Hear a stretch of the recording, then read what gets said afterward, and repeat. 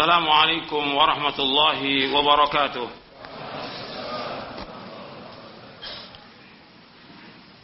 إن الحمد لله نحمده ونستعينه ونستغفره ونعوذ بالله من شرور أنفسنا ومن سيئات أعمالنا.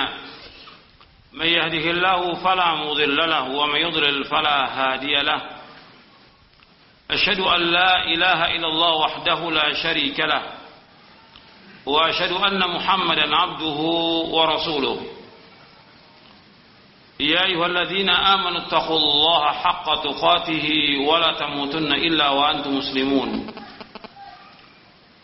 يا أيها الناس اتقوا ربكم الذي خلقكم من نفس واحدة وخلق منها زوجها وبث منهما رجالا كثيرا ونساء واتقوا الله الذي تساءلون به والأرحام إن الله كان عليكم رقيبا. يا أيها الذين آمنوا اتقوا الله وقولوا قولا سديدا يصلح لكم أعمالكم ويغفر لكم ذنوبكم ومن يطع الله ورسوله فقد فاز فوزا عظيما. أما بعد فإن أصدق الحديث كتاب الله وخير الهدي هدي محمد صلى الله عليه وعلى آله وسلم وشر الأمور محدثاتها وكل محدثة بدعة وكل بدعة ضلالة وكل ضلالة في النار. Ayolah ikhwah, azakumullah, kepada bapak, ibu-ibu, ikhwan dan akhwat yang dimuliakan oleh Allah Subhanahu wa taala. Alhamdulillah, kita bersyukur kepada Allah Subhanahu wa taala atas segala nikmat yang Allah karuniakan kepada kita, nikmat Islam, nikmat iman, nikmat sehat, nikmat afiat, nikmat dijauhkan oleh Allah dari berbagai macam malapetaka. Nikmat diberikan hidayah di atas sunnah Nabi sallallahu alaihi wasallam yang merupakan nikmat yang paling besar yang Allah karuniakan kepada kita setelah Allah memberikan hidayah Islam. Dua nikmat ini, Islam dan sunnah, merupakan nikmat yang paling besar dari semua yang ada di muka bumi ini. Antum harus ingat bahwa nikmat Islam, nikmat sunnah merupakan nikmat yang paling besar yang Allah karuniakan kepada kita dari semua nikmat yang ada. Makanya dikatakan oleh Imam Abu Aliyah rahimahullah, kata beliau, aku masuk Islam setelah wafatnya Rasulullah sallallahu alaihi wasallam dan aku mendapatkan dua nikmat yang aku tidak tahu dari dua nikmat ini yang mana yang paling besar. Yang pertama, Allah menunjuki aku di atas Islam. Yang kedua, Allah tidak menjadikan aku sebagai pengikut Khawarij, Haruri. Yang pertama, Allah tunjuki di atas Islam. Yang kedua, Allah tidak jadikan aku sebagai pengikut Haruri, yaitu pengikut Khawarij. Khawarij firqah yang sesat dan menyesatkan, yang ada di awal khilafah Ali bin Abi Thalib radhiyallahu anhu, yang mereka mengkafirkan Ali dan menyerang Ali bin Abi Thalib. Dan mereka ini orang-orang yang melesat dari Islam. Mereka menganggap bahwa dirinya melakukan perbuatan yang baik. Ini fitnah yang besar, Khawarij ini. Sepanjang zaman, bahwa dua firqah yang sesat dan menyesatkan kaum muslimin, menghalalkan darah dan harta kaum muslimin, dua firqah yang paling besar di antara firqah yang lain, yaitu yang pertama Khawarij, yang kedua Syiah. Makanya kita bersyukur kepada Allah diberikan hidayah di atas sunnah. Ini nikmat. Kita jaga nikmat ini. Jangan sampai lepas dari kita. Jaga supaya hidup kita betul-betul di atas sunnah Nabi sallallahu alaihi wasallam. Karena untuk berpegang kepada sunnah di zaman fitnah berat. Fitnah syahwat, fitnah syubhat luar biasa. Berat. Makanya kita harus terus berpegang di atas sunnah Nabi sallallahu alaihi wasallam. Dan gak mungkin kita bisa berpegang di atas sunnah Nabi SAW kalau kita tidak menjauhkan perbuatan bid'ah. Nggak mungkin kita akan bisa berpegang di atas sunnah kalau kita tidak menjauhkan bid'ah. Maka Nabi Muhammad SAW di dalam hadis Irbad bin Sariyah radhiyallahu anhu, Nabi menyebutkan SAW, "May ya'ish minkum ba'di fa sayara ikhtilafan katsira fa 'alaikum bi sunnati wa sunnatil khulafa'il mahdiyyin ar-rasyidin tamassaku biha wa 'addu 'alaiha bin nawajid wa iyyakum muhdatsatil umur fa inna kulla muhdatsatin bid'ah wa kullu bid'atin dhalalah." Kata Nabi SAW, barang siapa yang hidup sesudah wafatku akan melihat perselisihan yang banyak, akan terjadi perpecahan yang banyak di tengah-tengah kaum muslimin. Kemudian Nabi Muhammad SAW memberikan solusi, hendaklah berpegang kepada sunnahku dan sunnah para khalifahku yang terpimpin dan lurus. Peganglah erat-erat dan gigit dengan garam kalian. Bukan sekedar pegang aja, gigit dengan garam kalian. Tamassaku biha wa 'addu 'alaiha bin nawajid. Kemudian Nabi ingatkan, wa iyyakum muhdatsatil umur. Jauhkan dari diri kalian dari setiap perkara-perkara yang baru dalam agama. Fa inna kulla muhdatsatin bid'ah. Karena setiap yang baru dalam agama adalah bid'ah. Wa kullu bid'atin dhalalah, dan setiap bid'ah adalah sesat. Artinya nggak mungkin orang itu bisa berpegang kepada sunnah kalau dia tidak menjauhkan perbuatan bid'ah. Jadi harus dia berpegang kepada sunnah sampai dia diwafatkan oleh Allah. Karena ini nikmat yang paling besar. Seandainya kita ditakdirkan oleh Allah, kita orang fakir, miskin, nggak punya apa-apa, tapi kita taat kepada Allah, berpegang kepada Islam dan sunnah, ini nikmat yang paling besar. Karena nggak akan tegak Islam tanpa sunnah. Islam dan sunnah, sebagai dijelaskan oleh Imam Al-Barbahari dalam kitabnya Syarh Sunnah. Ikhwan fillah, azakumullah, ini nikmat yang wajib kita syukuri. Nikmat Islam dan sunnah. Kemudian nikmat yang lain lagi yang wajib juga kita syukuri, kita diberikan hidayah oleh Allah, hidayah taufik untuk selalu dan senantiasa menuntut ilmu syar'i. Ini juga nikmat. Antum datang dari tempat yang jauh untuk menuntut ilmu, ini nikmat dari Allah. Bersyukur kepada Allah atas nikmat ini.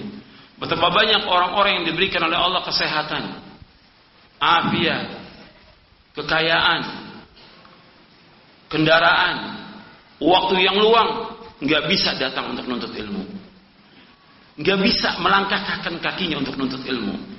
Maka antum bersyukur kepada Allah. Ini nikmat yang besar. Maka niatkan antum datang ke sini ikhlas karena Allah. Bab ini jalan menuju surga. Sebagaimana sabda Rasulullah, "Wa man salaka tariqan yaltamisu fihi ilman, sahhalallahu lahu bihi tariqan lil jannah."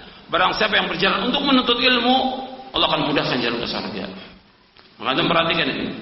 Kita datang ke tempat ini untuk ngaji. Maka saya ingatkan kepada semua yang hadir untuk perhatikan kajian ini supaya bermanfaat. Jangan sampai antum sia-sia. Jangan datang ke tempat ini nggak ada yang dibawa pulang, jangan. Ada sesuatu yang antum bawa pulang yang bermanfaat untuk antum, untuk keluarga antum. Maka tolong perhatikan, yang ikhwan dan akhwat perhatikan, dan seluruh panitia juga perhatikan. Jangan ada yang ngobrol, jangan ada yang main HP, jangan ngobrol, jangan main HP. Dengarkan baik-baik supaya antum dapat manfaat. Tadi juga saya ingatkan kepada panitia, itu jangan bagi makanan. Kita pasti makan. Kalau soal makan, pasti makan kita. Makan nanti. Nggak bisa digabung antara ngaji dengan makan. Kalau ngaji dengan makan, yang lebih kuat apanya? Makannya, bukan ngajinya. Nanti. Atau sebelumnya tadi, makan. Atau nanti sudah pengajar. Kalau ngaji, perhatikan. Dengarkan baik-baik agar antum mendapatkan manfaat. Majelis ilmu merupakan riyadul jannah, kebun surga. Maka Nabi menyebutkan dalam hadis Abu Hurairah radhiyallahu anhu yang tadi saya bacakan, "Wa man salaka tariqan yaltamisu fihi ilman, sahhalallahu lahu bihi tariqan al jannah. Wa majtama qaumun fi baitin min buyutillah, yatluna kitaballah wa yatadarasunahu bainahum illa nazalat 'alaihimus sakinah wa ghashiyatuhumur rahmah wa hafathumul malaikah wa dzakarahumullahu fi man 'inda wa man batta'a bihi 'amaluhu lam yusri' bihi nasabuhu." Kata Nabi SAW, barang siapa yang berjalan untuk menuntut ilmu, Allah akan mudahkan jalannya ke surga. Dan tidaklah berkumpul satu kaum di satu rumah dari rumah-rumah Allah yang mereka membaca Al-Quran. Kemudian kata Nabi SAW, yang mereka pelajari di antara mereka Al-Quran itu, maka yang pertama akan turun sakinah, ketenangan. Yang kedua akan diliputi rahmat Allah. Yang ketiga, dia akan dikelilingi oleh para malaikat. Antum kalau menuntut ilmu, malaikat itu akan mengelilingi orang-orang menuntut ilmu dengan sayapnya. Karena semua malaikat bersayap. Maka disebutkan dalam hadis yang lain yang sahih, Nabi bersabda, "Innal malaikata la tada'u ajnihataha ridwan li talib ilmi ridwan bima yasna." Innal malaikata la tada'u ajnihataha li talib ilmi ridwan bima yasna. Sesungguhnya malaikat mengepakkan sayapnya kepada orang-orang yang menuntut ilmu, ridho dengan apa yang mereka kerjakan. Kata Ibnu Qayyim, mereka ridho, mereka hormat, mereka memuliakan orang menuntut ilmu. Jadi, malaikat mengelilingi orang menuntut ilmu. Yang keempat dalam hadis Nabi yaitu wa dzakarahumullah fi man inda. Allah akan sebutkan di antara orang-orang yang berada di sisinya. Di sisi Allah. Itu orang-orang yang menuntut ilmu akan disebutkan di hadapan para malaikat yang berada di sisi Allah. Kemudian Nabi bersabda SAW, "Wa man batta'a bihi 'amalul yusri bihi nasabu." Barang siapa yang lambat amalnya, enggak dapat dikejar nasabnya. Karena agama Islam agama amal, bukan nasab. Meskipun nasabnya mengatakan keturunan Nabi SAW, ningrat atau yang lainnya, tapi dia tidak melakukan amal-amal dengan ikhlas dan ittiba, enggak ada manfaatnya. Karena yang penting apa? Amal. Yang Allah akan hisab dari kiamat tentang apanya? Amal. Dan orang mendapatkan derajat di sisi Allah tentang apa? Amalnya. Walikulin darajatum mimma amilu. Mereka mendapatkan derajat dengan apa yang mereka amalkan. Dan mereka juga mendapatkan surga dengan sebab amal mereka. Dan juga dengan rahmat Allah SWT. Tilkal jannatul lati uristumuha bima kuntum ta'malun. Itulah surga yang diwariskan kepada kalian dengan sebab apa yang kalian amalkan. Ikhwan fiddin, azakumullah. Dalam kesempatan kajian ini di Pondok Al-Ikhlas di Duku Dempok Muluhan Jember ini, saya ingin membawakan hal-hal yang mendasar yang mudah-mudahan bermanfaat untuk kita semuanya. Yang pertama saya akan jelaskan tentang Islam. Karena kita semuanya agama Islam, KTP kita Islam, tapi banyak orang Islam nggak tahu tentang Islam. Yang pertama saya akan jelaskan tentang Islam. Yang harus kita yakini bahwa agama Islam ini satu-satunya agama yang hak. Ini harus kita yakini. Selain Islam nggak akan diterima oleh Allah Taala. Ini harus kita yakin. Satu-satunya agama yang hak agama Islam. Karena sekarang sudah banyak muncul berbagai macam pemahaman yang kufur, bukan lagi sesat. Tentang apa? Liberalisme, pluralisme, atau segala macam sudah. Dengan istilah sepilis. Ya, sekuler, pluralisme, liberalisme. Katakan bebas semua orang dalam beragama. Nggak bisa. Agama yang hak hanya satu, agama Islam. Yang Allah katakan dalam Al-Quran, Inna dina indallahil Islam. Agama yang diredai insya Allah agama Islam, nggak ada yang lain. Ini dalam surah Ali Imran. Dalam surah Ali Imran juga Allah berfirman, wa may yabtaghi ghairal islami dinan fala yuqbala minhu wa huwa fil akhirati minal khasirin. Barang saya mencari agama selain Islam, nggak akan diterima oleh Allah, dan di akhirat termasuk orang-orang yang merugi. Selain Islam nggak akan diterima.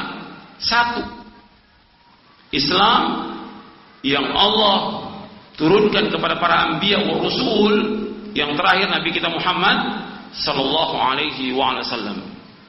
Agama ini yang wajib kita ikuti, yang dipahami oleh para sahabat radhiyallahu anhum. Enggak ada yang lain. Islam hanya satu. Islam hanya satu.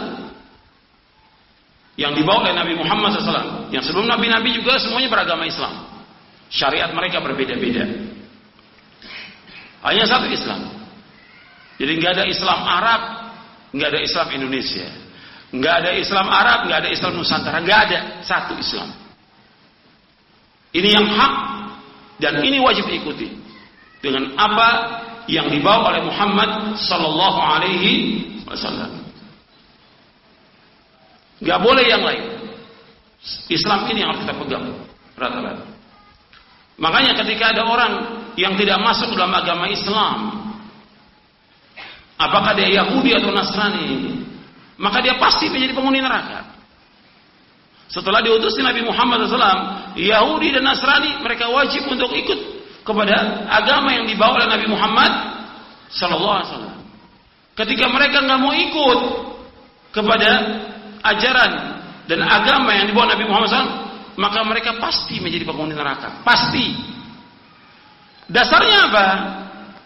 Dasarnya dalil dari Quran. Allah berfirman, antum sudah hafal ayatnya. Innal ladzina kafaru min ahlil kitabi, lanjutkan, wal musyrikina fi nari jahannam khalidina fiha ulaika hum syarrul bariyah. Sesungguhnya orang-orang kafir dari ahlul kitab. Siapa ahlul kitab? Yahudi dan Nasrani. Wal musyrikin, dan orang-orang musyrik, tempat tinggalnya fi nari jahannam, di neraka jahannam. Khalidina fiha, mereka kekal dalamnya selama-lamanya. Ulaika hum syarrul bariyah. Mereka sejelek-jelek makhluk di muka bumi ini. Nabi juga bersabda dalam hadis yang sahih yang diriwayatkan oleh Imam Muslim dari sahabat Abu Hurairah radhiyallahu anhu. Nabi bersabda, "Walladzi nafsu Muhammadin biyadihi la yasma'u bi ahadun min hadhihi al-ummati yahudiyyun wala nasraniyyun thumma yamutu wa lam yu'min billadzi ursiltu bihi illa kana min ashabin nar." Demi Allah yang diri Muhammad di tangannya, di tangan Allah, tidaklah mendengar aku diutus siapa saja, apakah dia Yahudi atau dia Nasrani, kemudian dia tidak beriman dengan apa yang aku bawa, maka dia pasti menjadi penghuni neraka. Pasti. Hadis sahih riwayat Muslim. Jadi kalau mereka sudah mendengar diutusnya Nabi Muhammad SAW, mereka nggak mau mengikuti ajaran Muhammad, maka mereka pasti menjadi penghuni neraka. Jadi kita harus ingat, satu-satunya agama yang hak agama Islam. Maka Nabi Muhammad SAW mengingatkan kepada para sahabat untuk berpegang teguh kepada agama yang hak ini. Bahkan ketika Umar bin Khattab radhiyallahu anhu membawa lembaran Taurat, dilihat oleh Nabi, Umar radhiyallahu anhu dijamin dengan masuk surga. Orang yang kuat imannya. Tapi begitu membawa lembaran Taurat, Nabi bersabda kepada sahabat Umar dan kepada sahabat yang lainnya juga, di depan sahabat yang lain, "Amutahawwikuna ya ibn al-Khattab wa ana baina adhurikum law kana Musa hayyan ma wasi'u illa ittiba'i." Apakah engkau ragu, wahai Umar? Apakah engkau bingung, wahai Umar? Kalau seandainya, dan aku ada di antara tengah-tengah kalian, kalau seandainya Nabi Musa masih hidup sekarang ini, dia wajib mengikuti aku. Kalau Nabi Musa hidup sekarang ini, dia wajib mengikuti Rasulullah. Karena beliau adalah Nabi yang terakhir dan Rasul yang terakhir, Khatamul Anbiya wal Mursalin. Kalau ada Nabi-Nabi hidup di zaman Nabi Muhammad, semuanya wajib untuk mengikuti Nabi Muhammad sallallahu alaihi wa ala alihi wasallam. Jadi ini tentang Islam yang antum perhatikan. Kemudian agama Islam ini, definisi dari agama Islam, siapa yang bisa memberikan definisinya? Ya, antum sebagian murid pondok, sebagian dai. Apa pengertian Islam?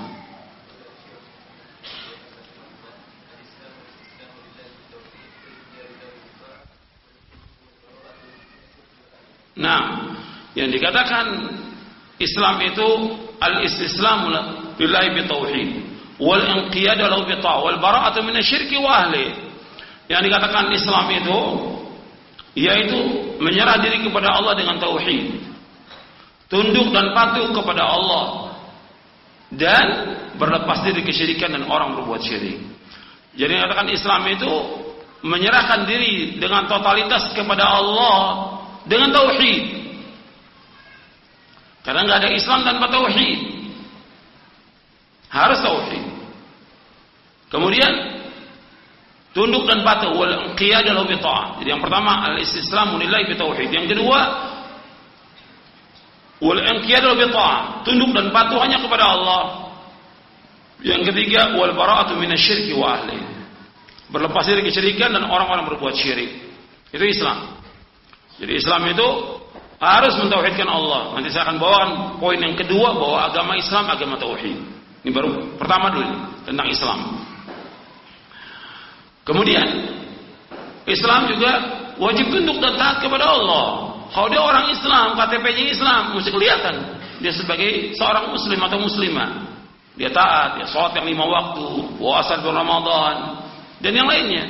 Kalau dia sebagai muslimah, dia pakai jilbab yang sempurna, tertutup seluruh tubuhnya, dan melaksanakan ketaatan yang lain. Harus terlihat sebagai muslimah, ketaatan dia kepada Allah Subhanahu wa ta'ala. Kemudian berlepas diri kesyirikan. Sebab kita nggak bisa bertemu dengan kesyirikan dan kekufuran. Harus berlepas diri kesyirikan. Dosa yang paling besar di muka bumi dosa apa? Syirik. Kemungkaran yang paling mungkar syirik. Maksiat yang paling maksiat syirik. Maka dia harus berlepas dari kesyirikan dan orang-orang berbuat syirik. Dan itu yang diajarkan oleh Rasulullah SAW pertama kali ketika di Mekah. Sudah didakwakan oleh Nabi tentang al-wala wal-bara. Wala, loyalitas kepada Allah, Rasulnya dan orang-orang beriman. Bara, berlepas diri dari kesyirikan dan orang yang berbuat syirik dan apa yang disembah kepada selain Allah, berlepas diri dari mereka. Ini dakwah. Jadi dakwah itu harus ada mensucikan Allah dan harus ada untuk apa? Berlepas diri dari kesyirikan. Makanya ketika orang-orang mendakwakan Islam, dia harus ada itu untuk selalu mensucikan Allah, menetapkan nama-nama Allah, mengikhlaskan hanya ibadah kepada Allah, takut hanya kepada Allah, dan yang lainnya. Kemudian berlepas dari kesyirikan. Makanya disebutkan tentang orang-orang yang berdakwah di jalan Allah. Allah berfirman, "Qul hadhihi sabili ad'u ila Allah 'ala basiratin ana wa man ittaba'ani wa subhanallah wa ma ana minal musyrikin." Qul hadhihi sabili, katakan ini jalanku, ini caraku, ini manhajku. Ad'u ila Allah, aku mengajak manusia ke jalan Allah. Bukan kepada pribadi kita, bukan. Ngajak orang supaya orang cinta kepada kita, bukan. Ajak manusia ke jalan Allah. Ke jalan Allah. Ala basirah, dengan dasar ilmu dan keyakinan. Ana wa man ittaba'ani, aku dan orang-orang mengikuti aku. Wa subhanallah, maha suci Allah. Wa ma'ana musyrikin, aku tidak termasuk musyrik. Aku tidak termasuk orang musyrik. Dalam surah Yusuf, surah 12 ayat 108. Disebutkan, "Qul hadhihi sabili", ini jalanku, ini manhajku. Katakan kepada manusia. Ad'u ila Allah, aku mengajak manusia ke jalan Allah. Dakwah ini mengajak manusia ke jalan Allah. Dakwah ini mengajak manusia untuk beribadah kepada Allah. Dakwah ini mengajak manusia untuk mentauhidkan Allah. Dakwah ini mengajak manusia agar mereka paham tentang arkanul iman, arkanul Islam. Ini dakwah. Kemudian dari kalimat ad'u ilallah, kata para ulama, di sini ada tanbih. Tanbih al-ikhlas. Dakwah itu harus ikhlas karena Allah, bukan karena yang lain. Bukan karena popularitas, bukan mencari nama, bukan mencari dunia, karena Allah. Ad'u ilallah. Kemudian ala basirah, dakwah itu dengan dasar basirah, dengan ilmu. Enggak berhak orang berdakwah kalau dia enggak punya ilmu. Enggak boleh dia berdakwah kalau enggak punya ilmu. Yang merusak dakwah sekarang ini di mana-mana orang-orang yang tidak berilmu. Harus dengan ilmu. Tanpa ilmu nggak bisa. Nanti akan saya jelaskan tentang agama Islam, agama ilmu. Dakwah dengan ilmu. Tanpa ilmu nggak bisa. Bagaimana dia akan menyampaikan sesuatu kalau dia nggak punya ilmu? Harus punya ilmu, dasarnya dalil dari Quran dan Sunnah. Ilmu dari dalil dari Quran dan Sunnah. Al-ilmu qala Allah, qala Rasul, qala sahabat. Ilmu perkataan Allah, Rasulnya dan para sahabat, bukan ra'yu, bukan kata ulama, bukan. Dalil, bawakan kepada umat dalil. Kalau sekarang banyak macam-macam sudah. Ya, yang dibawakan dongeng, cerita, ini itu, segala macam. Dakwah ilmu sampaikan kepada umat. Ana wa man ittaba'ani, aku dan orang mengikuti aku. Nabi berdakwah dengan ilmu dan Nabi sudah melaksanakannya. Para sahabat juga melaksanakan demikian. Mendakwakan dengan ilmu dan mengamalkannya. Dari ayat ini kata Imam Ibnu Qayyim rahimahullah, wajib kita untuk mengikuti jejak para sahabat karena mereka berilmu dan mereka beramal dan mereka berdakwah dengan dasar ilmu. Dari ayat ini wajib untuk mengikuti manhaj salaf. Kemudian wa subhanallah wa ma ana musyrikin, maha suci Allah dan aku tidak termasuk yang berbuat syirik. Kita harus mensucikan Allah dalam dakwah ini, mengikhlaskan ibadah kepada Allah, mengajak orang untuk takut kepada Allah, mengharap hanya kepada Allah, tawakal hanya kepada Allah, menyembelih karena Allah semua. Ajak mereka untuk mensucikan Allah, menetapkan semua nama-nama Allah. Mensucikan Allah, menetapkan semua nama dan sifat Allah. Enggak boleh mengingkari, enggak boleh mentakwil, enggak boleh menanyakan tentang bagaimana sifat Allah dan tidak boleh menyamakan Allah dengan makhluknya. Laisa kamitslihi syai'un wa huwas samiul basir. Enggak ada satupun yang sama dengan Allah. Allah itu Maha mendengar, Allah Maha melihat. Kita wajib menetapkan semua nama sifat Allah. Apa yang Allah tetapkan dalam Al-Qur'an, yang Nabi tetapkan, kita wajib menetapkannya. Enggak boleh kita mengingkari, enggak boleh kita mentakwil, memalingkan lafadznya atau maknanya kepada makna yang lain, tidak boleh. Kalau Allah menyebutkan dirinya bahwa Allah berada di atas langit, di atas arsy, kita wajib tetapkan. Semua nama dan semua sifat demikian. Kita wajib menetapkannya. Enggak boleh kita mengingkari, enggak boleh mentakwil, enggak boleh menyamakan dengan makhluknya dan enggak boleh menanyakan tentang bagaimana sifat Allah. Tidak boleh. Ini kaidah dari manhaj Ahlussunnah wal Jamaah yang harus kita pegang seumur hidup kita. Kita akan selamat. Kemudian kita harus berlepas dari kesyirikan. Enggak bisa kita redha dengan kesyirikan. Harus berlepas dari, harus terus ingatkan umat ini dari jatuh kepada kesyirikan. Harus indar dalam dakwah itu. Ada ancaman kepada orang. Dakwah itu, dakwah Nabi Muhammad SAW, Bashir dan apa? Nadhir. Jangan Bashir aja. Kalau Bashir, kabar gembira, orang akan lalai. Nggak tahu dosa, semua dosa dilakukan. Kenapa? Bashir. Tapi indar terus menerus, orang akan putus asa dari rahmat Allah yang sangat luas. Dua ini harus seimbang dalam dakwah. Wa ma arsalnaka illa kafatan lin-nasi basyira wa nadhira, walakin aktsaran nasi la ya'lamun. Dalam surah Saba ayat 28. Dan tidak kami utus engkau Muhammad melainkan untuk seluruh manusia, basyira wa nadhira, sebagai pemberi kabar gembira dan mengancam. Kabar gembira dan mengancam. Akan tapi kebanyakan manusia tidak mengetahui. Maka dakwah ini harus ada ancaman. Maka Nabi ketika Allah menyuruh untuk mendakwakan kepada kaumnya, kepada sanak kerabatnya, Allah firmankan bagaimana? Siapa yang tahu ayatnya? Iya. Allah firmankan apa? Wa anzir ashiratakal aqrabin. Ancam keluarga kamu yang terdekat, ancam, peringatkan.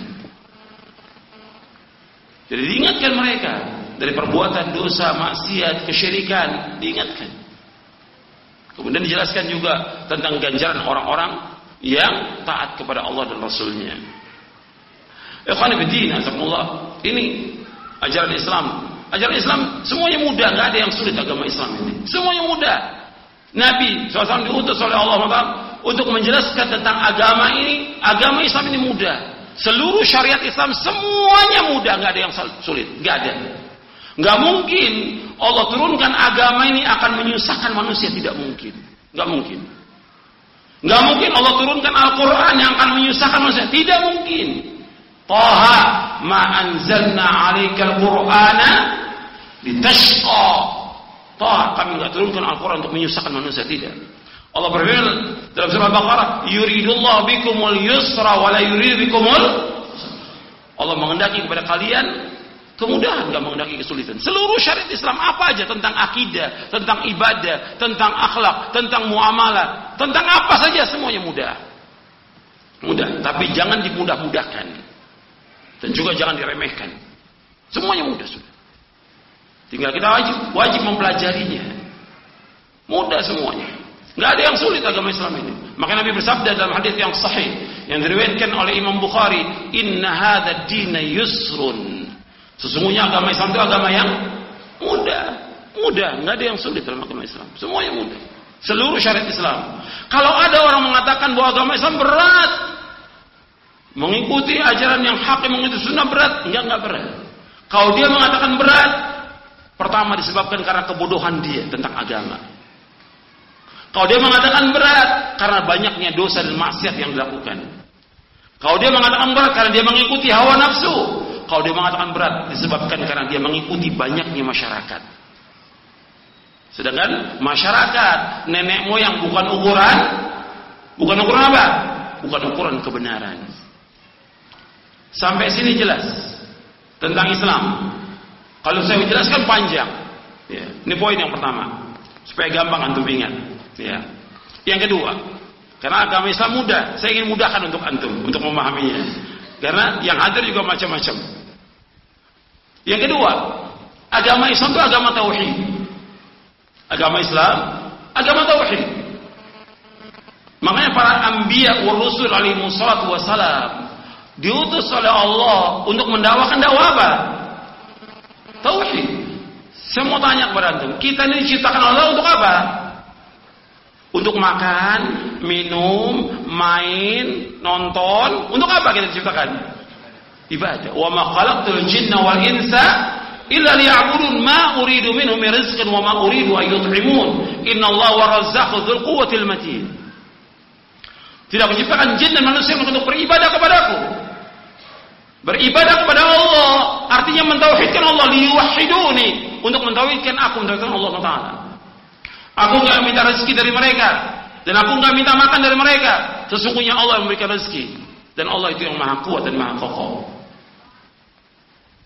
Allah ciptakan jin dan manusia untuk ibadah kepada Allah. Kita hidup ini untuk ibadah, bukan untuk main-main. Untuk ibadah. Maka dalam ibadah harus ada keseriusan kepada Allah. Enggak bisa main-main. Dakwah juga harus serius, enggak bisa main-main. Para nabi dan rasul alaihi wassalatu wassalam diutus oleh Allah untuk mendakwakan dakwah tauhid dan menjauhkan taghut. Allah berfirman dalam surah An-Nahl, surah 16 ayat 36.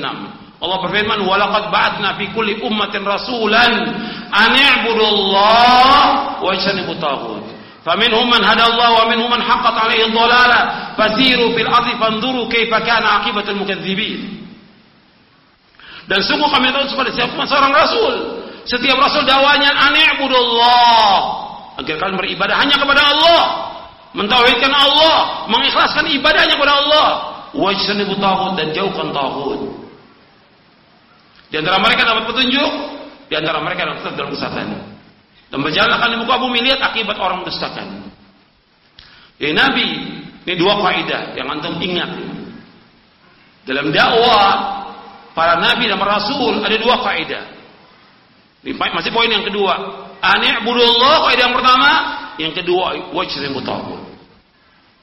Ani'budullah, hendaknya kalian beribadah hanya kepada Allah, mengikhlaskan ibadah kepada Allah, mentauhidkan Allah. Ini harus kita ajak umat, dan gak cukup sekali, ribuan kali untuk mendakwakan dakwah tauhid ini.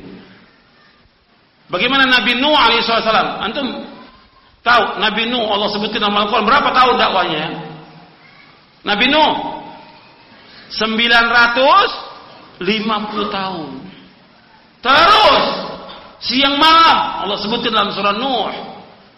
untuk mendakwakan dakwah tauhid agar mau beribadahnya kepada Allah dan menjauhkan taghut. Itu saja masih ada orang-orang berbuat syirik. Patung-patung dan kubur yang disembah, mulainya kapan? Mulainya kapan Allah sebutkan dalam Al-Quran? Mulai zaman Nabi Nuh. Suwa, Yaguth, Ya'uq, Nasr, orang-orang soleh. Kemudian dibangun kuburnya, dibangun patungnya untuk mengenang jasanya mereka. Awalnya nggak disembah, ganti generasi kemudian di mana? Disembah. Dan Nabi Nuh sudah mendakwakan 950 tahun. Kita ini berdakwah belum apa-apa. Masanya berapa tahun? Nggak boleh kita lepas dari dakwah tauhid sampai kita diwafatkan oleh Allah. Sampai umat ini beribadah hanya kepada Allah saja dan tidak berbuat syirik. Terus siang dan malam dakwakan ini agar umat beribadah kepada Allah. Karena tujuan diciptakan makhluk ini untuk ibadah kepada Allah, mentauhidkan Allah, bukan yang lain. Bukan berarti kita nggak menjelaskan tentang wudu, tentang sholat yang lain. Kita jelaskan, tapi yang pokok tauhid. Tauhid ini paling mendasar. Sebab masalah tauhid, masalah akidah, pokok diterima dan tidaknya amal kita tergantung dari apa? Tauhid kita, akidah kita. Sempurna dan tidaknya amal kita tergantung dari tauhid kita. Harus terus dakwain. Ini kaidah yang pertama, an ya'budullah. Bagaimana umat ini bertakwa kepada Allah, takut kepada Allah, mengharap hanya kepada Allah. Itu harus sampaikan kepada mereka. Saya mau tanya kepada antum. Antum ini sebagian besar sudah biasa ngaji. Kalau orang menuntut ilmu, ya, yang dikatakan ilmu itu apa kata Imam Ahmad? Yang ngaji. Ilmu itu apa? Supaya orang apa dengan ngaji ini? Menuntut ilmu. Supaya orang apa? Supaya takut kepada Allah. Makanya kata Imam Muhammad, al-ilmu khasyatullah. Ilmu itu takut kepada Allah. Bagaimana kita mengajak umat ini untuk takut dia kepada Allah, tidak berani kepada Allah, tidak berbuat maksiat kepada Allah, takut, tambah takut dia kepada Allah. Itu ilmu. Maka dikatakan oleh Abdullah bin Mas'ud radhiyallahu anhu, "Laisa al-ilmu bi kathratir riwayah, walakin al-ilmu al-khasyatu." Ilmu itu bukan banyaknya riwayat hadis, tapi ilmu bagaimana dia takut kepada Allah. Disebutkan oleh Imam Ahmad dalam kitabnya Az-Zuhd. Dan juga disebutkan oleh Imam Ibn Rajab dalam kitabnya Fadlu Ilmi Salaf. Beliau menjelaskan yang namanya ilmu takut kepada Allah. Sekarang bagaimana kita mengajak umat ini untuk takut kepada Allah, bukan tambah berani. Takut kepada Allah, takut melanggar syariat Allah. Yang pokok dari takut ini, bagaimana dia mengikhlaskan ibadah kepada Allah. Takut kepada Allah, mengharap hanya kepada Allah, ikhlas semata-mata karena Allah. Bukan karena yang lain, bukan karena dunia, bukan karena riya, bukan karena pamer, tapi karena Allah. Tawakal dia hanya kepada Allah.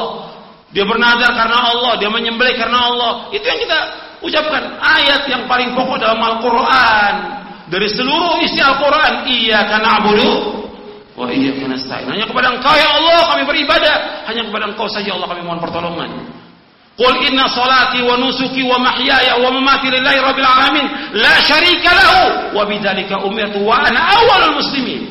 Katakanlah semua salatku, menyembelihku, hidupku dan matiku karena Allah Rabbul Alamin. Tidak ada sekutu bagi Allah. Demikian aku perintah dan aku yang pertama Islam. Dakwah ini mengajak orang bagaimana mengikhlaskan seluruh bentuk ibadah kepada Allah. Allah abadikan dalam Al-Quran tentang Nabi Ibrahim alaihissalam untuk mentauhidkan Allah. Bahkan beliau Nabi Ibrahim alaihissalam sebagai nabi, sebagai bapaknya para nabi, yang Nabi Muhammad SAW disuruh untuk mengikuti siapa? Mengikuti Nabi Ibrahim. Inna Ibrahim kana ummatan qanitan lillahi hanifa wa lam yakun minal musyrikin. Sesungguhnya Nabi Ibrahim umat, padahal dia sendiri, tapi kita umat sebagai pemimpin untuk mengajak umat mentauhidkan Allah, menjauhkan syirik. Inna kana ummatan qanitan, qanit. Qanit artinya taat, mudawim ala ta'ah. Qanit ay mudawim ala ta'ah. Terus dalam ketaatan, menjauhkan maksiat. Hanifah, lurus, berpaling dari semua kesyirikan. Ditekankan oleh Allah, walam yakun minal musyrikin. Dan beliau tidak berbuat syirik kepada Allah. Yang Nabi Muhammad diperintahkan, "Tsumma auhayna ilaika an ittabi' millata Ibrahim hanifa wa ma kana musyrikin." Kemudian kami wahyukan kepada kamu untuk mengikuti milahnya Ibrahim, dan beliau tidak termasuk orang yang berbuat syirik. Ini dakwah tauhid. Nabi Ibrahim dan nabi-nabi sebelumnya dan sesudahnya memulai dakwah dengan tauhid. Kita harus mengikuti. Jangan menyimpang dari dakwah ini. Ini jalan yang lurus. Ini siratal mustaqim. Makanya ketika Allah menyebutkan siratal mustaqim, Allah sebutkan tentang apa? Tentang ibadah kepada Allah, tentang tauhid. Ketika Allah menyebutkan tentang siratal mustaqim, Allah sebutkan tentang apa? Tentang tauhid. Kalau antum mau lihat, ada yang bawa mushaf, lihat, supaya antum di atas basirah bahwa kita mengkaji dengan dalil, bukan kata orang. Antum lihat di surah Ali Imran di ayat 51, "Innallaha rabbi wa rabbukum fa'buduh, hadza siratul mustaqim." Sesungguhnya Allah Rabbku dan Rabb kalian. Beribadahlah hanya kepada Allah, mentauhidkan Allah. Ini jalan yang lurus. Jadi Allah menyebutkan dalam ayat ini, "Innallaha rabbi wa rabbukum fa'buduh, hadza siratul mustaqim." Sesungguhnya Allah Rabbku dan Rabb kalian. Beribadah kepada Allah. Kalau beribadah artinya apa? Mentauhidkan Allah. Ini jalan yang lurus. Jadi kalau kita mau jalan di atas siratul mustaqim, ajak umat untuk mentauhidkan Allah. Ini kaidah yang pertama. Kaidah yang kedua, wajtanibu taghut, jauhkan taghut. Semua yang disembah selain Allah, kita harus singkirkan. Nggak boleh. Taghut itu banyak, pokoknya ada berapa? Taghut itu banyak, pokoknya ada berapa?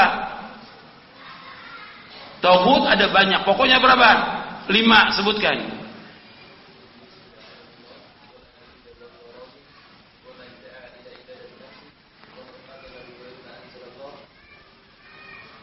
Man idda'a syai'an min al-ghaib. Disebutkan oleh Syekh Muhammad bin Abdul Wahhab rahimahullah dalam kitabnya Ushul Ats-Tsalatsah. Bahwa yang dikatakan taghut itu at-tawaghit katsira, ru'usum umsah. Pokoknya ada 5. Yang pertama iblis, Allah. Taghut itu yang pertama iblis. Yang kedua, man ubida wa waradin, orang yang disembah dan rela disembah. Banyak, ya. Tokoh-tokoh torekot dan segala macam yang dia redo disembah. Orang ruku, sujud kepada dia redo. Ini taghut. Kemudian waman da'an nasa ilaihi, orang mengajak manusia untuk menyembah dirinya. Ini taghut. Yang keempat, waman hakama bi ghairi ma anzalallahu, yang berhukum dengan selain hukum Allah. Yang keempat. Yang kelima, yaitu waman idda'a syai'an min al-ghaib, orang yang mendakwakan bahwa dia mengetahui perkara yang gaib, seperti dukun-dukun, tukang ramal, orang pintar dan segala macam. Ini taghut. Jadi kita harus mengingatkan umat ini menjauhkan semua yang disembah selain Allah. Ingatkan, banyak nggak di Indonesia orang-orang menyembah kubur? Banyak tidak? Banyak. Yang datang ke kubur-kubur wali dan segala macam, mereka minta di sana. Ini syirkun akbar. Nggak boleh. Kita biarkan. Kita harus terus ingatkan umat agar jangan sampai umat jatuh dalam kesyirikan. Kalau sudah masuk waktu Isya, kita sholat Isya dulu. Setelah sholat Isya, kita lanjutkan lagi. Ini baru 2 poin. Masih ada berapa poin lagi? Setelah itu baru tanya jawab, insyaallah. Wassallallahu Nabi Muhammadin sallallahu alaihi wasallam. Wassalamu ala Rasulillah. Asyhadu an la ilaha illallah wahdahu la syarika lah. Wa asyhadu anna Muhammadan abduhu wa rasuluh. Allahumma salli wa sallim wa barik ala nabiyina Muhammadin wa ala alihi wa sahbihi ajmain. Ayolah ikhwah, azakumullah, kepada ikhwan dan akhwat yang dimuliakan oleh Allah, kita lanjutkan lagi dari kajian kita. Yang pertama saya jelaskan tentang Islam. Yang kedua, agama Islam adalah agama tauhid dan menjauhkan segala macam perbuatan syirik. Ada 2 kaidah dalam ayat surah An-Nahl ayat 36.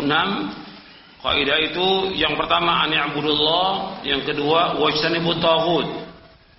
Dan dakwah ini harus ditarkis, dipusatkan dalam masalah ini. Karena semua nabi, semua rasul alaihi wassalatu wassalam itu memusatkan dakwanya kepada ini, an i'budullah wa ijtanibut taghut. Dalam beribadah hanya kepada Allah, mengajak umat untuk mentauhidkan Allah, mengikhlaskan ibadah kepada Allah dan menjauhkan segala macam yang disembah selain Allah. Termasuk juga menjauhkan firqah-firqah yang sesat dan yang lainnya, termasuk dari kalimat wajtanibut taghut. Jadi harus berjalan di atas jalan ini.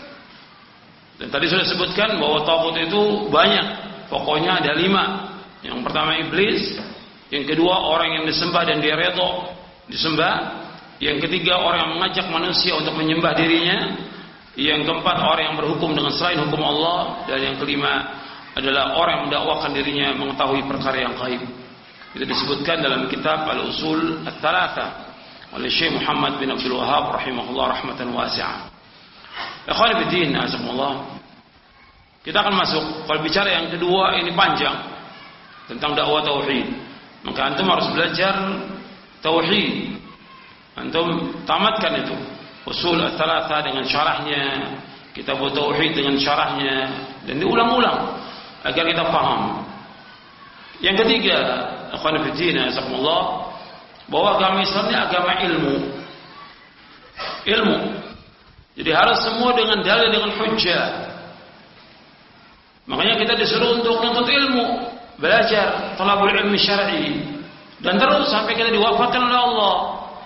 Enggak boleh kita berhenti menuntut ilmu, enggak boleh. Menuntut ilmu ini ibadah bukan? Saya mau tanya kepada antum, menuntut ilmu ibadah? Ibadah. Kalau ibadah terus sampai kita wafat, enggak berhenti. Salat ibadah. Ada enggak orang mengatakan saya mau berhenti dulu salat? Enggak ada. Terus, kecuali yang haid atau nifas dia. Terus ibadah kepada Allah. Allah berfirman kepada Nabi Muhammad SAW, wa'bud rabbaka hatta ya'tiyakal yaqin. Beribadah kepada Allah sampai datang al-yaqin. Makanya Imam Ahmad bin Hanbal rahimahullah, Imam Abdullah ibn Mubarak rahimahullah, dan yang lainnya, ketika ditanya sampai kapan wahai imam menuntut ilmu, ila an adkhulal qabr, sampai aku masuk ke liang kubur. Menuntut ilmu itu nggak boleh berhenti sampai kita diwafatkan oleh Allah. Maka antum harus terus semangat untuk menuntut ilmu, nggak boleh berhenti. Belajar terus tentang Quran dan Sunnah apa misal terus sampai diwafatkan oleh Allah. Kita ini dibandingkan dengan para ulama terdahulu sangat jauh, sangat jauh. Dan dulu belum ada seperti sekarang, ada lampu dan segala macam. Sekarang kita sudah semuanya ada dan mudah, tapi semangat kita kurang. Antum lihat Ibnu Jauzi,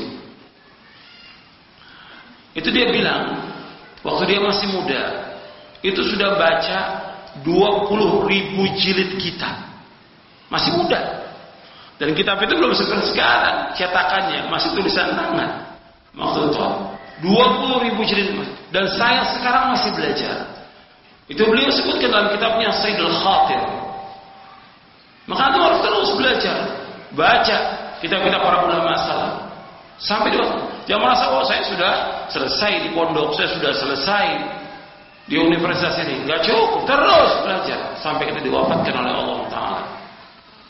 Menuntut ilmu sampai kita meninggal dunia. Dan ini merupakan jalan menuju surga. Dan Anda perhatikan lagi, menuntut ilmu itu yang paling penting paham gitu. Banyak orang menuntut ilmu, banyak ngaji, tapi nggak paham.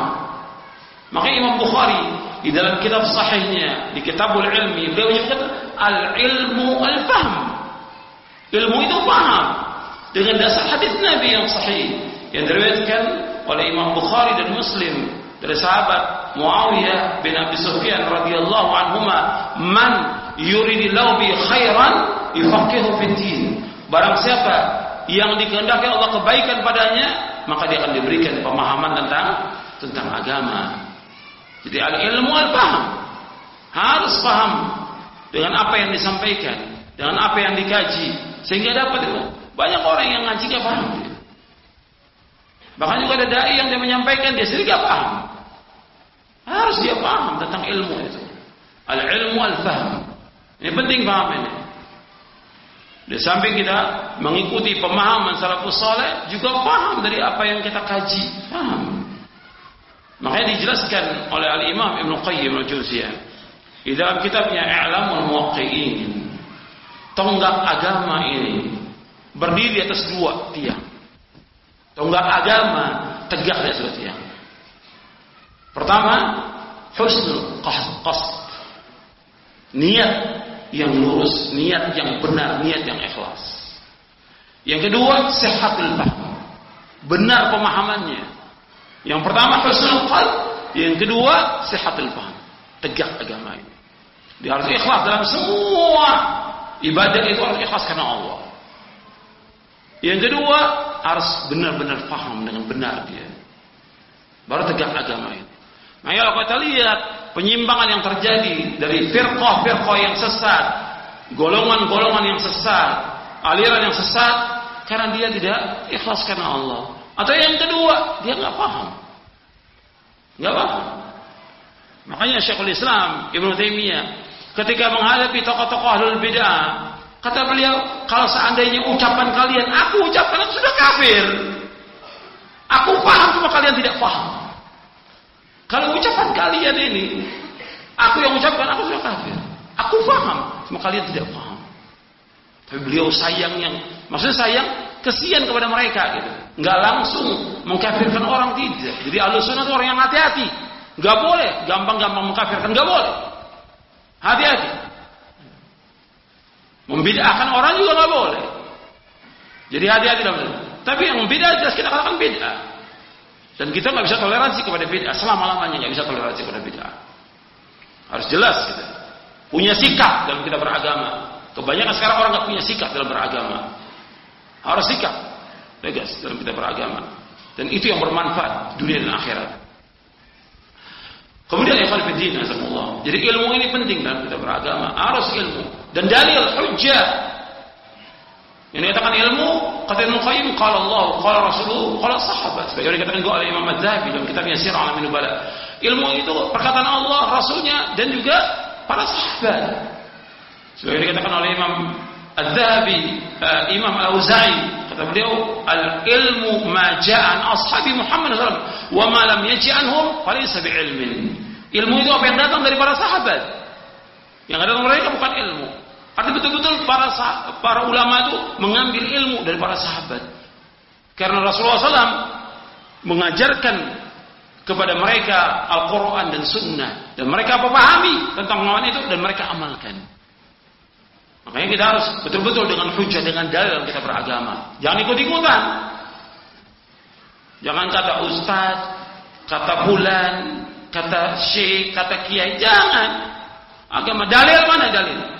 Allah berfirman, wala taqfu ma laysa laka bihi ilmun inna sam'a wal basara wal fuada kullu ulaika kana mas'ula. Jangan kamu ikut apa yang kamu tidak tahu, karena semua pendengaran, mata dan hati akan ditanya oleh Allah.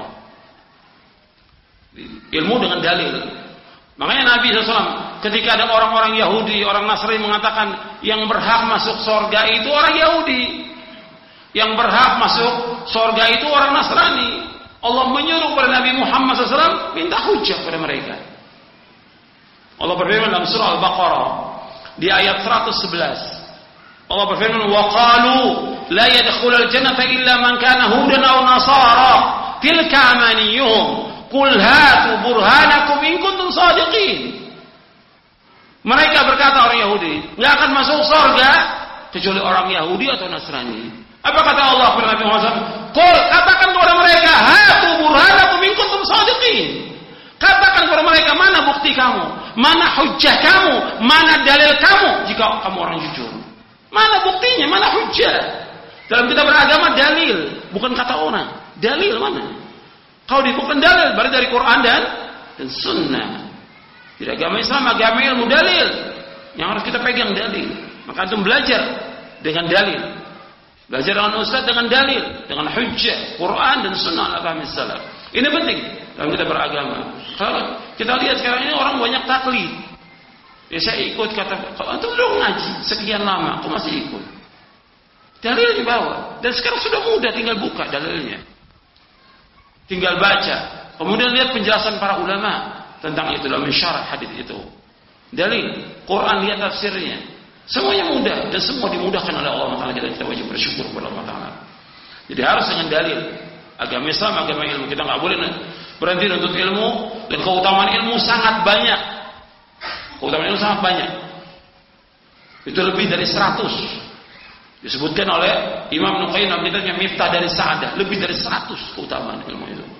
Yang harus terus untuk ilmu, nggak boleh berhenti sampai diwafatkan oleh Allah.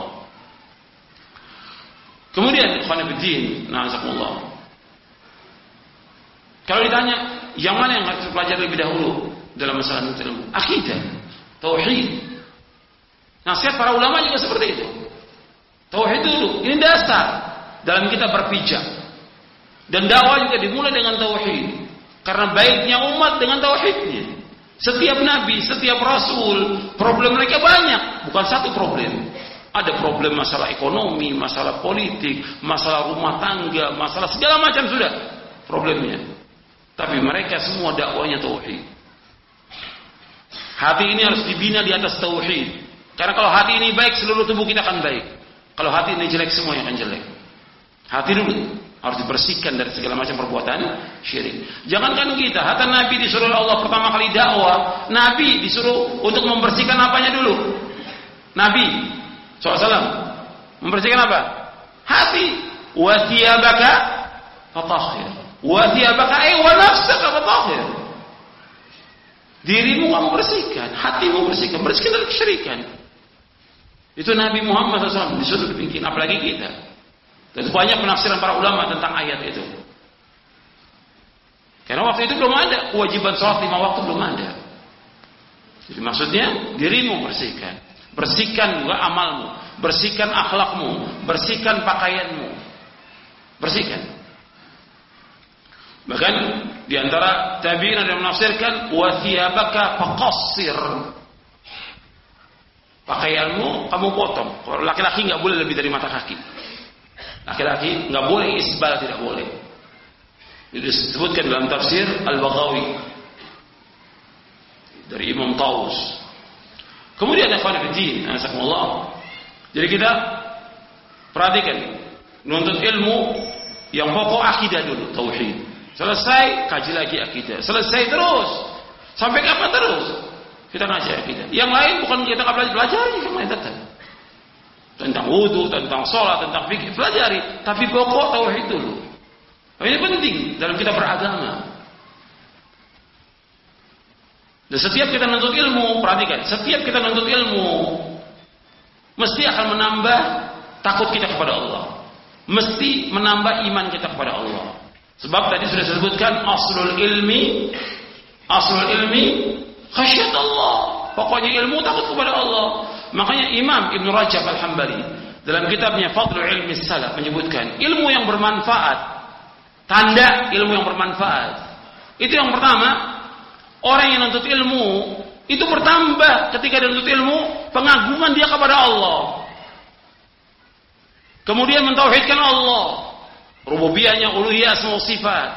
Dia tawakal kepada Allah, dia mengharapnya kepada Allah, dia takut kepada Allah. Kemudian dia mengimani semua qada dan qadar Allah, dan dia redha dengan apa Allah yang menetapkan. Tambah imannya dia dengan menuntut ilmu.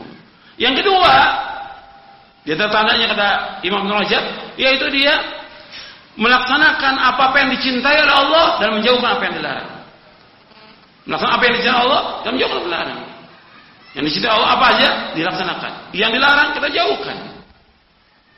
Ini tanda ilmu yang bermanfaat. Karena setiap hari kita berdoa minta ilmu yang bermanfaat. Allahumma inni as'aluka ilman nafi'a wa rizqan thayyiban wa amalan mutaqabbal. Ya Allah, aku mohon kepada Engkau ilmu yang bermanfaat, rezeki yang halal dan amal yang terima. Itu yang kita minta. Kalau ilmu yang bermanfaat, tandanya disebutkan oleh para ulama. Begitu juga rezeki yang halal, begitu juga amal yang terima. Kemudian yang keempat, bahwa Islam itu agama amal. Makanya kita sibukkan dengan amal. Bab ilmu tanpa amal gak ada artinya. Ilmu tanpa amal gak ada artinya.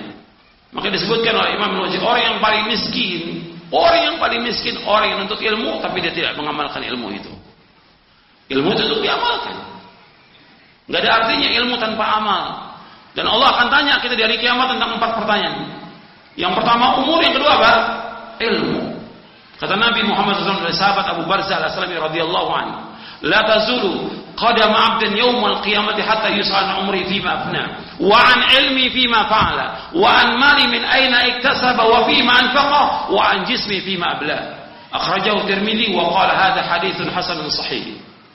Dari Abu Barzah al-Aslami radhiyallahu anhu berkata, tidaklah bergeser kedua kaki seorang hamba pada hari kiamat, maka Allah akan tanya tentang 4 perkara. Pertama akan ditanya umurnya. Dihabiskan untuk apa? Yang kedua, ilmunya diamalkan atau tidak? Yang ketiga, hartanya dari mana dia peroleh dan kemana dihabiskan? Yang keempat, tentang capeknya, lelahnya, letihnya untuk apa? Dikeluarkan Tirmidzi dan terminal hadis ini hasan sahih. Syekh Al-Albani juga mensahihkan dalam silsilah hadis as-sahihah di juz yang kedua. Di sini disebutkan, perhatikan, 4 pertanyaan. Yang pertama tentang umur. Kalau bicara soal umur berarti soal waktu. Antum waktunya untuk apa? Banyak waktu kita dihabiskan untuk yang sia-sia, yang tidak bermanfaat. Allah akan tanya kita, waktu ini untuk apa? Akan ditanya oleh Allah. Dan banyak yang berkaitan dengan waktu. Maka saya tulis buku tentang waktumu dihabiskan untuk apa? Bagaimana para ulama salaf dalam menggunakan waktu dengan sebaik-baiknya. Kita banyak waktu kita yang terbuang dengan sia-sia. Dan Allah bersumpah, wal 'asr innal insana lafi khusr illa alladziina aamanu wa 'amilus shalihat wa tawassaw bil haqq wa tawassaw bis sabr. Ini tentang waktu ini digunakan. Yang kedua, tentang masalah ilmu diamalkan atau tidak. Akan ditanya Allah pada kiamat, ilmu ini yang kita tuntut, yang kita cari, yang kita kaji, diamalkan atau tidak. Yang ketiga, tentang masalah harta, dari mana kita peroleh? Dari yang halal, haram, syubhat, atau yang lainnya. Akan ditanya. Dan kemana dihabiskan? Dan yang keempat, capeknya, lelahnya, letihnya kita untuk apa? Capeknya kita untuk apa?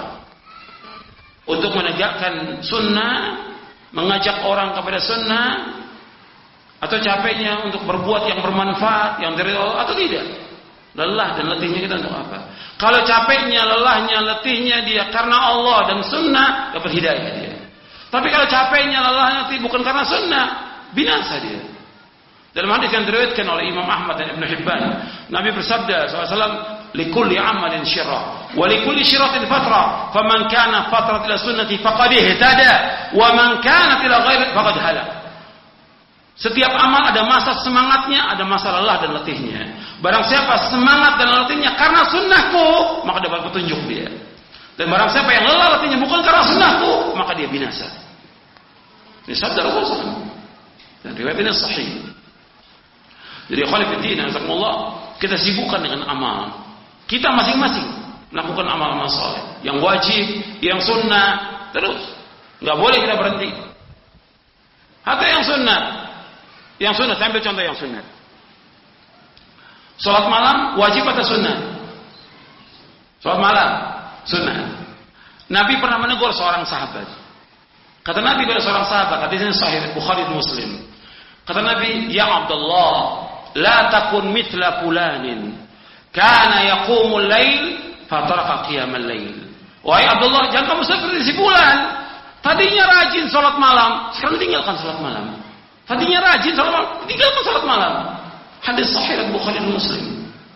Salat malam sunnah, cuma Nabi mencela orang-orang yang tidak bangun di tengah malam. Nabi anjurkan para sahabat untuk bangun di tengah malam, bermunajat kepada Allah di saat Allah turun ke langit dunia. Allah membuka untuk orang-orang yang bertobat. Allah membuka untuk orang berdoa. Allah membuka untuk orang yang minta ampun kepadanya. Disuruh untuk munajat kepada Allah tengah malam. Ini salat sunnah, apalagi yang wajib. Makanya Syekh Muhammad bin Shalih Al-Utsaimin rahimahullah mengambil dalil dari hadis ini dalam kitabnya Syarh Riyadhus Shalihin. Kata beliau, nuntut ilmu ini saya mau tanya kepada antum, wajib atau sunat?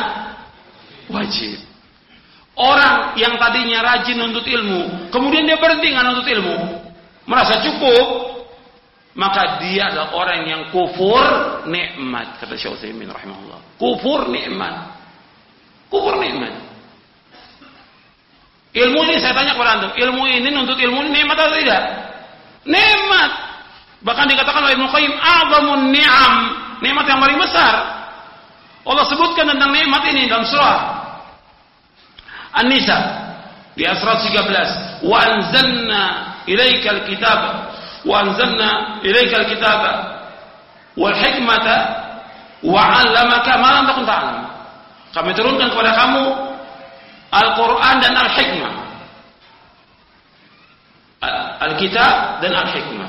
Wa 'allamaka ma lam takun ta'lam, dan kami mengajarkan kepada kamu apa yang kamu tidak tahu. Wa kana fadlullahi 'alaika 'azima, dan karunia Allah kepada kamu itu sangat besar. Jadi disebutkan oleh Imam Ibnu Qayyim ketika menjelaskan ayat ini dalam surah An-Nisa di ayat 113. Wa anzalna ilaikal kitaba. Disebutkan di situ bahwa nikmat ilmu merupakan nikmat yang paling besar. Wa anzalallahu 'alaikal kitaba wal hikmah wa anzalallahu 'alaikal kitaba wal hikmata wa 'allamaka ma lam takun ta'lam wa kana fadlullahi 'alaika 'azima. Wa anzalallahu 'alaikal kitab, Allah turunkan kepada kamu Alkitab. Wal hikmah as-sunnah. Wa 'allamaka ma lam takun ta'lam, Allah mengajarkan kepada kamu apa yang kamu tidak ketahui. Wa kana fadlullahi 'alaika 'azima, dan karunia Allah kepada kamu sangat besar. Artinya nikmat ilmu itu merupakan nikmat yang paling besar. Nikmat yang paling besar. Makanya kalau ini nikmat yang paling besar, nggak boleh kita berhenti menuntut ilmu. Harus terus menuntut ilmu. Sebab ilmu ini imamul amal, imamnya amal. Kita nggak akan bisa melakukan amal soleh tanpa kita ada ilmu. Perhatikan itu. Makanya harus terus kita menuntut ilmu dan terus mengamalkan amal soleh. Apalagi di zaman fitnah ini, kita sibuk dengan amal soleh, yang wajib maupun yang sunnah. Kemudian yang terakhir, amal ini penting dan kita akan ditanya Allah tentang amal-amal kita, bukan nasab, bukan keturunan, amal. Dan amal ini syaratnya harus ikhlas dan ittiba. Kemudian yang terakhir, bahwa agama Islam ini agama akhlak. 5 poin aja. Banyak poin yang ingin disampaikan tapi cukup 5. Bahwa agama Islam agama akhlak. Nabi diutus oleh Allah untuk apa? Bu'ithu liutammima makarimal akhlaq. Bu'ithu liutammima salihal akhlaq. Dua-duanya sahih riwayatnya. Dan aku diutus oleh Allah untuk memperbaiki akhlak, menyempurnakan akhlak. Berarti akhlak sudah ada, Nabi sempurnakan. Makanya kita harus berusaha bagaimana berakhlak dengan akhlak yang mulia. Dan Allah cinta kepada akhlak yang mulia. Innallaha karimun yuhibbul karam wa yuhibbu ma'aliyal akhlaq wa yakrahu sifsafaha. Allah itu karim dan Allah senang kepada orang yang karim, yang dermawan. Allah cinta kepada akhlak yang tinggi, yang mulia. Allah benci kepada akhlak yang rendah. Akhlak yang tinggi, akhlak yang mulia seperti diperbuat baik, berbakti pada kedua orang tuanya. Akhlak yang mulia, dia menolong orang-orang yang susah, menolong orang yang miskin. Akhlak yang mulia, dia membantu orang-orang yang mengalami kesulitan. Akhlak yang mulia, dia menghormati orang yang lebih tua. Akhlak yang mulia, dia berusaha untuk terus menuntut ilmu syar'i, terus semangat dalam talabul ilmi. Makanya disebutkan yuhibbu ma'al akhlak, akhlak yang tinggi. Contoh akhlak yang rendah yang bagaimana? Akhlak yang rendah seperti malas, nggak semangat untuk ilmu, nggak boleh. Harus semangat kita untuk ilmu. Harus terus kita beramal soleh. Nggak boleh putus asa, nggak boleh putus. Harus semangat kita. Nabi menyuruh kita untuk semangat dalam kita beragama ini. Bersungguh-sungguh, nggak bisa main-main. Kata Nabi SAW dalam hadis yang sahih yang diriwayatkan Imam Muslim, al-mu'minul qawiyyu khairun wa habbu ila Allah bil mu'minil dhaif. Wa fi kullin khairun ihris ala ma yanfa'uka wasta'in billah wa la ta'jaz. Kata Nabi, mukmin yang kuat lebih baik dan lebih dicintai daripada mukmin yang lemah. Dua-duanya ada kebaikan tentang imannya. Kata Nabi, ihris, berkemauan keras, bersungguh-sungguh kepada apa yang bermanfaat bagi kamu. Wasta'in billah, minta tolong kepada Allah. Wala ta'jaz, jangan lemah. Enggak boleh kita lemah. Antum lihat, antum bandingkan ahlul bid'ah. Apa berhenti dia dengan bid'ahnya? Tidak.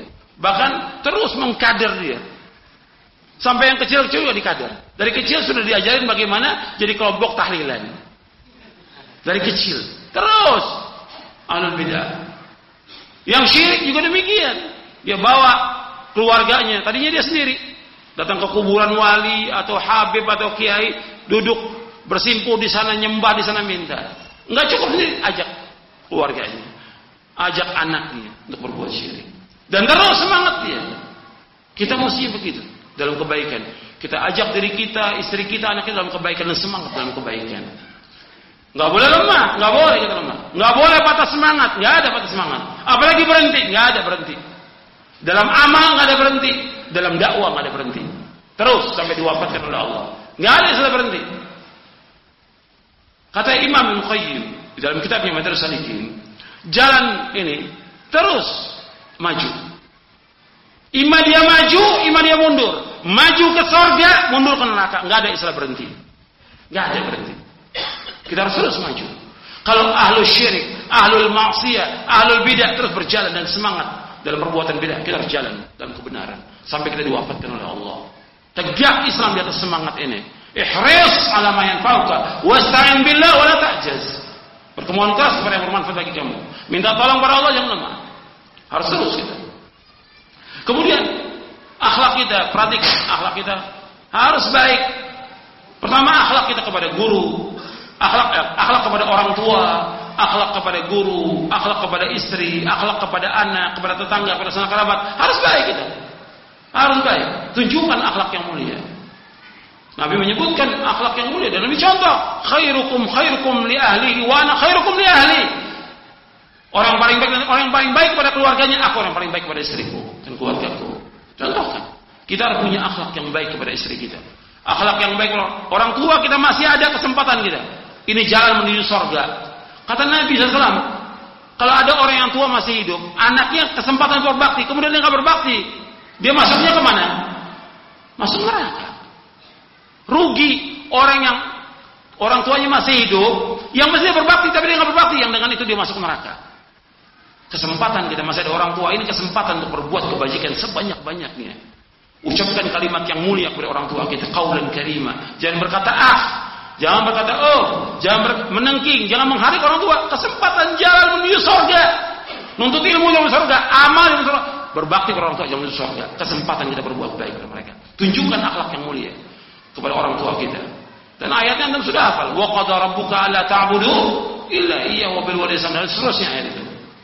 Dan amal yang paling utama, yang pertama salat pada waktunya. Yang kedua, birrul walidain, berbakti orang tua. Yang ketiga, jihad fisabilillah. Hadis sahih dari Imam Bukhari. Jadi amal yang paling utama. Kita harus terus mempunyai akhlak yang mulia. Kepada istri juga akhlak yang mulia. Pada anak juga demikian. Kepada sanak kerabat, kepada tetangga, tunjukkan kita bergaul, kita hidup ini bermasyarakat, bukan sendiri kita. Kepada tetangga, ketemu salam, senyum. Jangan seperti kita nggak punya tetangga. Nabi ingatkan kepada kita berbuat baik kepada siapa? Tetangga. Jangan ganggu tetangga itu. Man kana yu'minu billahi wal yawmil akhir falyukrim jarahu. Wa man kana yu'minu billahi wal yawmil akhir fala yu'di jarahu. Muliakan tetangga, hormati tetangga, jangan ganggu dia. Kita bergaul dengan masyarakat, kita nggak hidup sendiri. Meskipun tetangga kita ahlul bidah, tetap kita salam. Dia susah, kita bantu. Tetap baik. Dan tetap kita mengajak kepada kami, tunjukkan akhlak yang mulia. Maka orang akan ikut dakwah kita. Ini Nabi ajarkan akhlak. Ini panjang kalau kita bicara akhlak. Dan kita harus punya akhlak yang mulia dalam kita hidup ini. Karena ini yang banyak masukkan manusia ke surga. Dua yang paling banyak masukkan manusia ke surga. Dan paling berat timbangan pada hari kiamat. Yang pertama takwa kepada Allah, yang kedua akhlak yang mulia. Yang paling banyak masukkan manusia ke neraka dua. Yang pertama lisan, yang kedua kemaluan. Riwayatnya sahih. Ya, saya pikir cukup sampai di sini kajian kita. Mudah-mudahan bermanfaat. Mungkin ada satu atau dua pertanyaan ditulis. Ditulis saya pertanyaannya, Pak. Iya. Bagaimana kalau ada seorang ustadz yang dia masih isbal? Bagaimana? Ya diingatkan dengan cara yang baik. antum kasih buku, untuk berubah itu kadang-kadang nggak gampang ya.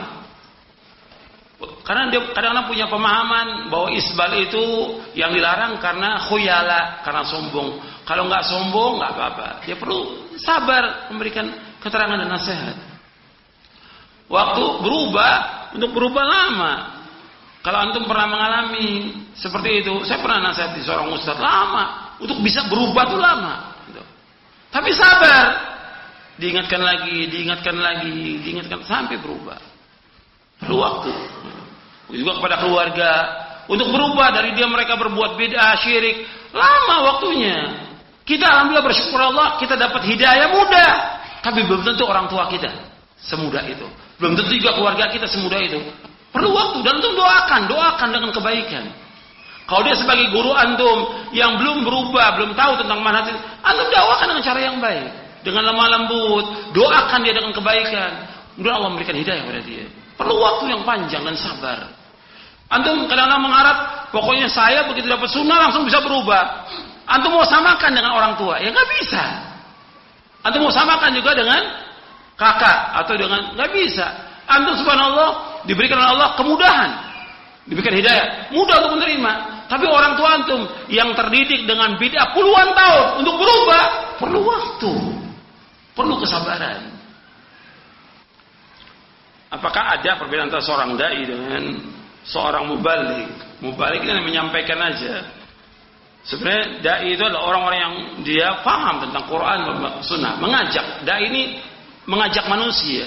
Mengajak kepada apa? Dakwah, definisi dakwah dijelaskan oleh Syekhul Islam Ibnu Taimiyah. Mengajak manusia kepada arkanul Islam, kepada arkanul iman. Mengajak manusia untuk mentauhidkan Allah, menjauhkan syirik. Itu dakwah. Itu paling pokok. Baru yang lainnya yang dijelaskan oleh mereka. Kalau sekedar menyampaikan, semua orang bisa menyampaikan, tapi nggak berilmu. Dakwah ini kan sudah ilmu. Tadi sudah dibawakan ayat dalam surah Yusuf ayat 108. Dakwah itu harus dengan ilmu dan keyakinan.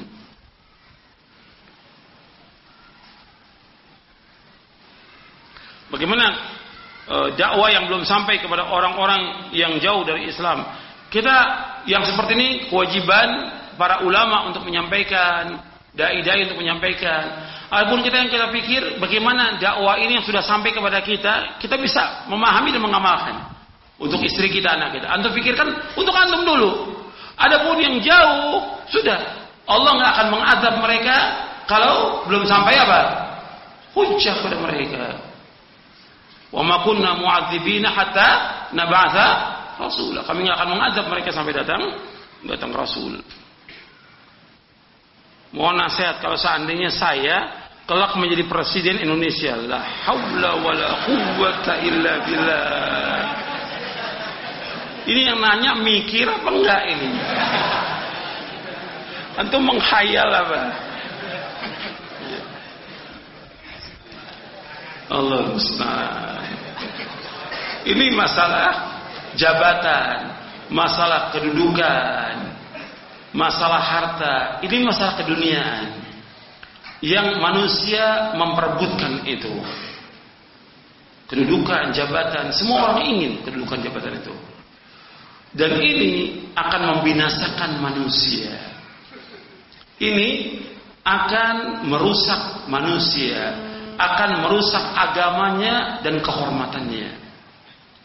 Orang kalau sudah cinta kepada kedudukan, jabatan, harta, itu lebih rusak daripada apa? Lebih rusak daripada serigala menerkam kambing. Dalam hadis yang sahih yang diriwayatkan oleh Imam Ahmad dan Imam At-Tirmidzi, Nabi bersabda, "Madibani ja'i'ani ursila fi ghalamin bi afsadaha min hirsil mar'i 'ala al-mal wa syaraf li dinihi."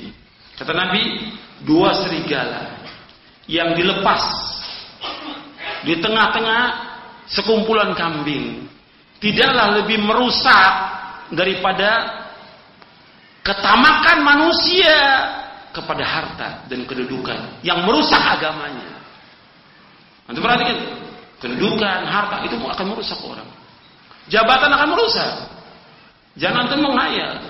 Justru riasa ini, bahkan Syekhul Islam Ibnu Taimiyah dalam kitabnya Majmu' Fatawa menyebutkan bahwa kerusakan alam semesta disebabkan hubur riasah, cinta kepada kepemimpinan.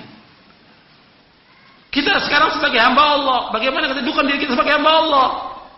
Ibadah kepada Allah, bukan jadi pemimpin. Nabi SAW ketika ditawarkan tentang dunia, kedudukan, Nabi nggak mau. Nabi ingin jadi hamba Allah. Seperti biasa. Harta ditawarkan, Nabi nggak mau. Bukan nggak boleh orang itu kaya, boleh. Tapi ingat, itu fitnah.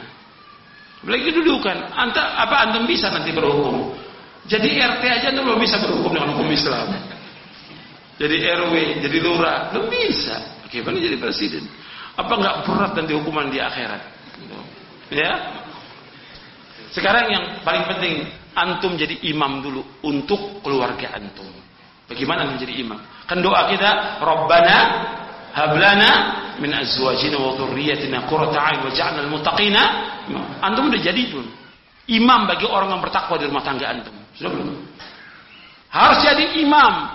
Kita harus ajak istri kita ke surga, anak kita ke surga, mantu kita ke surga, cucu kita ke surga. Ajak saudara kita ke surga.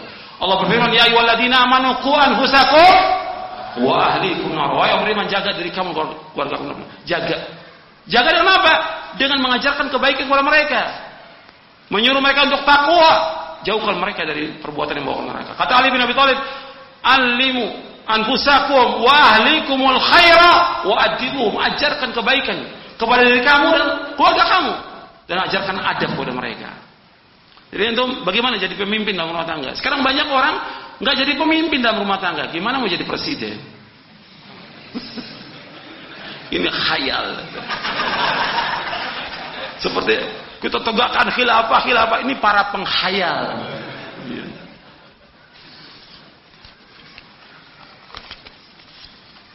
Antum jadi khalifah buat diri antum aja belum bisa.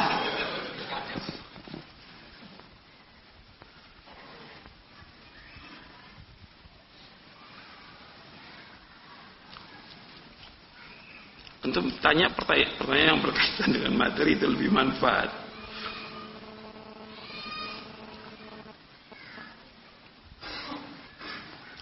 Tadi sebutkan nikmat ilmu, nikmat yang besar. Bagaimana dengan nikmat iman? Ya jelas yang paling besar nikmat iman. Islam, iman, sunnah itu nikmat yang paling besar yang wajib kita syukuri. Kita harus banyak bersyukur atas nikmat itu.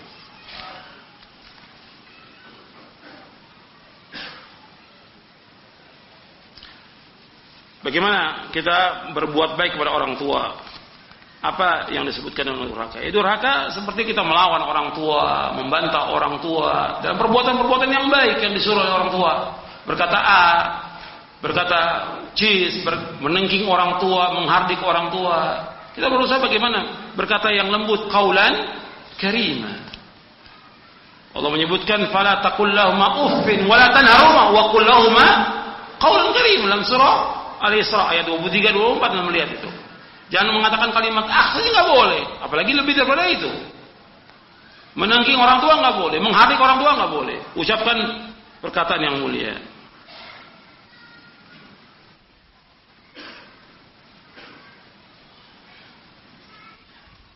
Bagaimana tentang tadi disebutkan tentang berhukum dengan selain hukum Islam? Bagaimana hukum yang ada sekarang ini? Ya kita sekarang belum berhukum dengan hukum Islam yang ada di negara kita. Kita nggak mengkafirkan, tidak, sama sekali tidak. Karena banyak orang-orang yang jahil yang tidak ngerti tentang agama. Karena bagaimana pelaksanaan hukum Islam? Kalau hukum Islam, perhatikan, yang melaksanakan itu kewajiban pemerintah saja atau semua kaum muslimin? Melaksanakan hukum Islam, semuanya. Kalau mereka wajib, kita juga wajib. Nah sekarang sudah belum kita tegakkan hukum Islam untuk diri kita, untuk istri kita, untuk anak kita. Kita mulai menegakkan hukum itu. Jadi jangan kita bawa ayat wa malam yahkum bima anzalallahu fa ulaikumul kafirun langsung dituduhkan kepada ulil amri. Kita enggak dituduhkan juga. Kan kita harus melaksanakan hukum Islam. Nah, sekarang belum terlaksana. Bagaimana supaya bisa terlaksana? Perlu sabar dan waktu yang panjang. Pembinaan dulu. Membina umat ini di atas akidah yang benar, pemahaman yang benar, tauhid yang benar untuk diri kita, istri kita, anak kita. Perlu waktu dan panjang, lama waktunya. Nggak bisa kita istijal, nggak bisa. Saya pikir cukup sampai di sini. Kurang lebihnya saya mohon maaf. Mudah-mudahan bermanfaat untuk saya dan untuk sekalian. Dan kita bersyukur kepada Allah, terima kasih kepada semua yang hadir, juga kepada panitia, meskipun sederhana di pondok ini, tapi mudah-mudahan bermanfaat untuk kita semuanya. Kurang lebihnya saya mohon maaf. Mudah-mudahan bermanfaat dan kita mendapatkan keberkahan. Allah memberikan istiqamah di atas Islam dan sunnah sampai kita wafat. Wassallallahu Nabi Muhammadin sallallahu alaihi wasallam, subhanallahi wa bihamdihi, asyhadu an la ilaha illa anta astaghfiruka wa atubu ilaik. Assalamualaikum warahmatullahi wabarakatuh.